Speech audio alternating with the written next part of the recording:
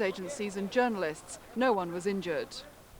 In Yugoslavia, the United Nations envoy Cyrus Vance says that both Serbia and Croatia have now accepted a UN peacekeeping plan in its entirety, which should lead to a peacekeeping force being allowed in. But there was no sign of a let-up in the fighting today. Federal army troops attacked Zadar, Karlovac and Vinkovci. Forces loyal to President Gamsakhurdia of Georgia opened fire on opposition forces besieging the republic's parliament in the capital Tbilisi. The president has been trapped in there under fire himself since before Christmas. We were inside Georgia's besieged parliament building attempting to speak to President Gamsakhurdia when one of his T-55 tanks swung out of a courtyard, pointed its barrel down Tbilisi's main boulevard and opened fire.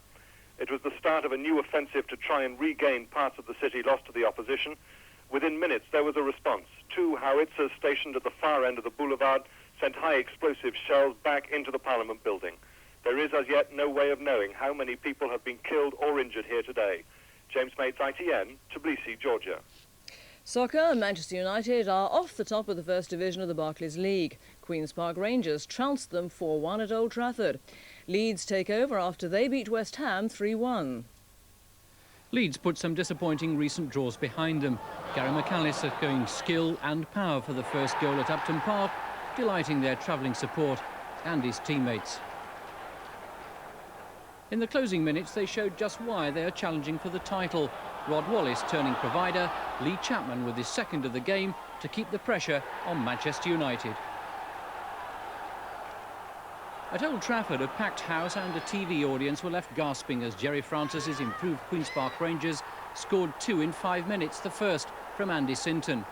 Before manager of the month Alex Ferguson could catch his breath, the second, a delicate touch from Dennis Bailey, Schmeichel only helping it into the net, and worse was to follow.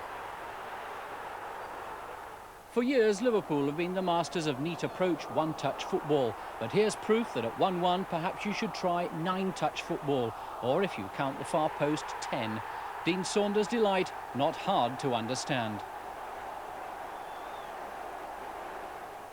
And finally, soccer's newest OBE, Gary Lineker, made one and scored one as Tottenham came from behind to win at Coventry. A splendid shot from England's #1. He thoroughly deserved the hug.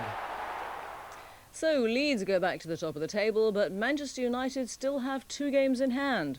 Sheffield Wednesday stay third and Liverpool climb above Aston Villa. In Scotland, Rangers move to the top of the Premier League after a 3-1 win over Celtic at Parkhead. The Scotland striker, Ali McCoist, scored the first goal to set up the Rangers' victory. And at Dundee United, Darren Jackson scored 2 goals within a minute as United ran out easy winners over Aberdeen 4-0. But Rangers' stay at the top of the table could be short-lived if Hearts beat Hibs tonight.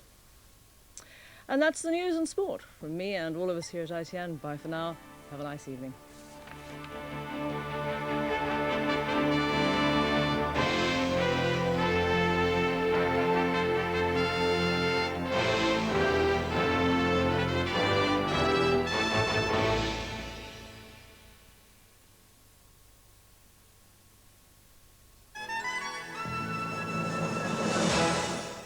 Good evening. It's going to be a blustery, window-rattling night for us all tonight, especially for those in the northern half of Britain, and more especially still over Scotland, where you can expect some severe gales tonight.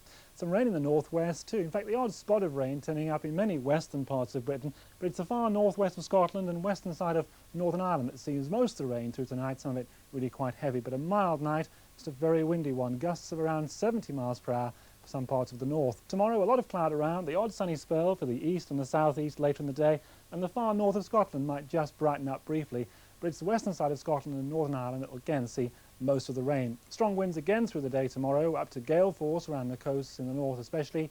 Temperatures though, the good bit of news, around 11 or 12 perhaps, that's into the 50s, so mild but windy, some rain, mostly in the northwest. Here's the summary. Good night.